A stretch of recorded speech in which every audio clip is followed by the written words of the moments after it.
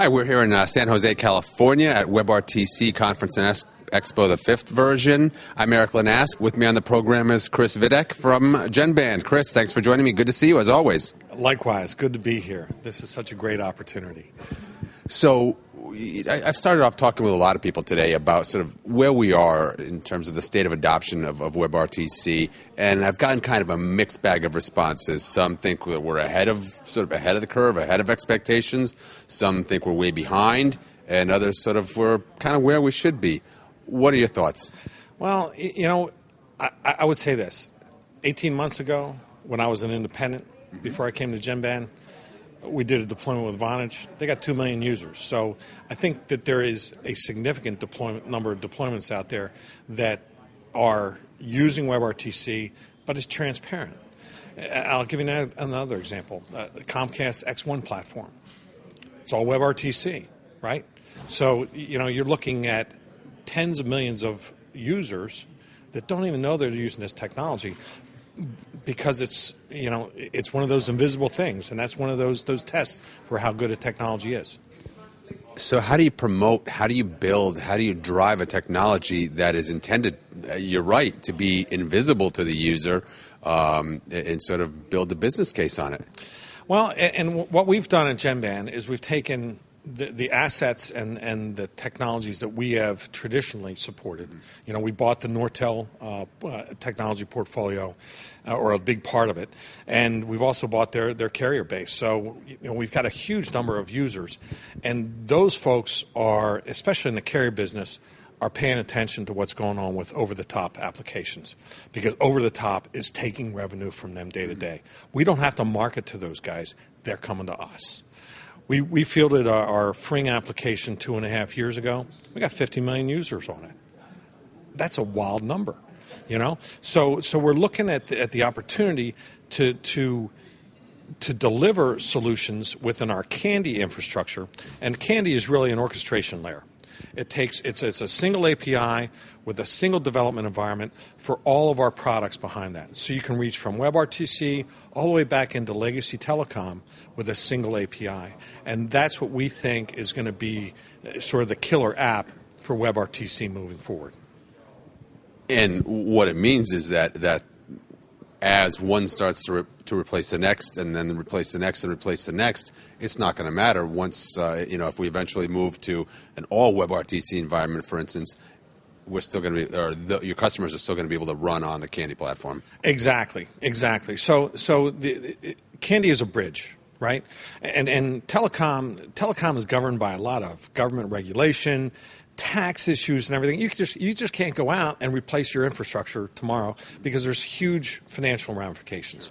So the idea here with Candy is that we can integrate with those legacy solutions and then eventually sort of crowd them out over time as the legacy investment becomes less relevant and the investment in WebRTC or forward-looking solutions becomes more relevant. And that's really our plan, and it's working like a charm. Does this really become or represent an opportunity for the traditional service provider audience to compete with, as you mentioned, you mentioned the OTT providers? It does, and it's important because all of our stuff can be white labeled, right? So the key there is that a lot of these folks, especially carriers, you know, they're seeing huge erosion in their traditional heavy profit centers, because that's where the OTT guys have gone, because that's where they can get a toehold that drives people to adopt. And what we do is offer that white label solution so that they can maintain that relationship with their customers and maybe monetize it at a lower rate, or maybe monetize it but with different solutions that they didn't have before, that WebRTC opens the door to. You touched on a key. You used a key term there, monetization, and the question is always, obviously, how do you monetize it? Is it really a question for the service providers? How do they monetize it, or is it simply a question of just being able to offer competitive services with those OTT providers? Yeah, I think it's a little bit of both. I think initially it's being at least on par, being able to say, okay, I don't want to say a me too, but I at least offer the same services and potentially at a much higher quality. Because a lot of the OTT services that are out there, if you look at how they're rated, whether it's on Google Play or on the Apple App Store, their ratings are not as good as they could be. And I think that's part of the part of that is that these are organizations that are small and certainly ambitious. But you look at a company like Genband, where we've got, if you consider the Nortel investment, we've got 100 years worth of R&D behind our solutions. And I think that played out well tonight. We did a demonstration, and I had people saying, hey, wow, I didn't even know that you guys had an interface that was WebRTC that would run on a Chromebook.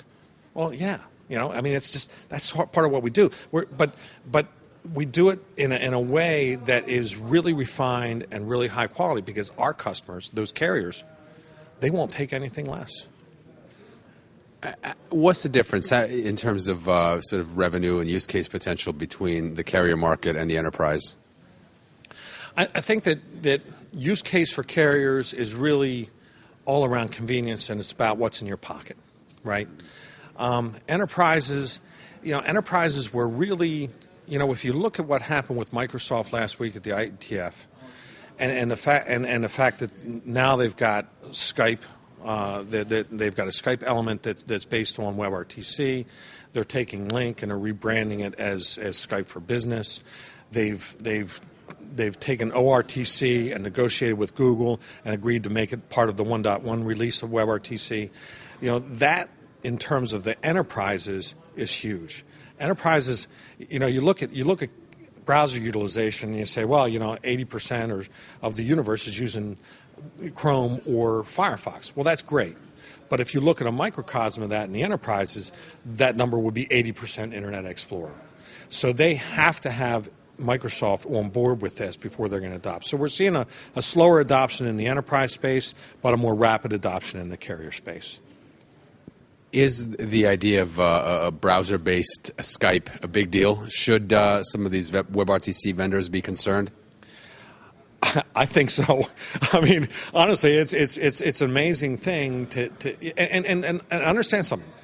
This strategy that Microsoft we're just becoming aware of is probably 3 years old. Okay, now Jonathan Rosenberg left right in the middle of that and went back to Cisco. Okay, then Steve Ballmer left. They got a new CEO. So I think this would have executed a year ago, but I think those two events slowed that down. So now we've got this sort of moment in time when really Microsoft is coming to the front and saying, yeah, we've got some conditions, but yeah, we'll adopt it. So that's where I think it's going. So I want to leave you with one more question. For folks who want more information on what Genband's doing with WebRTC, more information on Candy, where's a good resource for them to go? It's really easy. Candy.io. You can all you need is a valid email address. Sign up for an account. You get first 5 users free. If you've got a web developer in-house, I'd say 15 minutes. They'll have you talking between browsers. Another 15, 20 minutes, they'll be using our RESTful clients on your mobile devices and being able to talk between those. So it's a very easy implementation. It's very rapid, and it can scale to very large numbers. Excellent. That's Candy.io for those who missed it. Chris, as always, thanks for being with us. Thanks for joining us. All right. Sure enough, Eric. Thank you.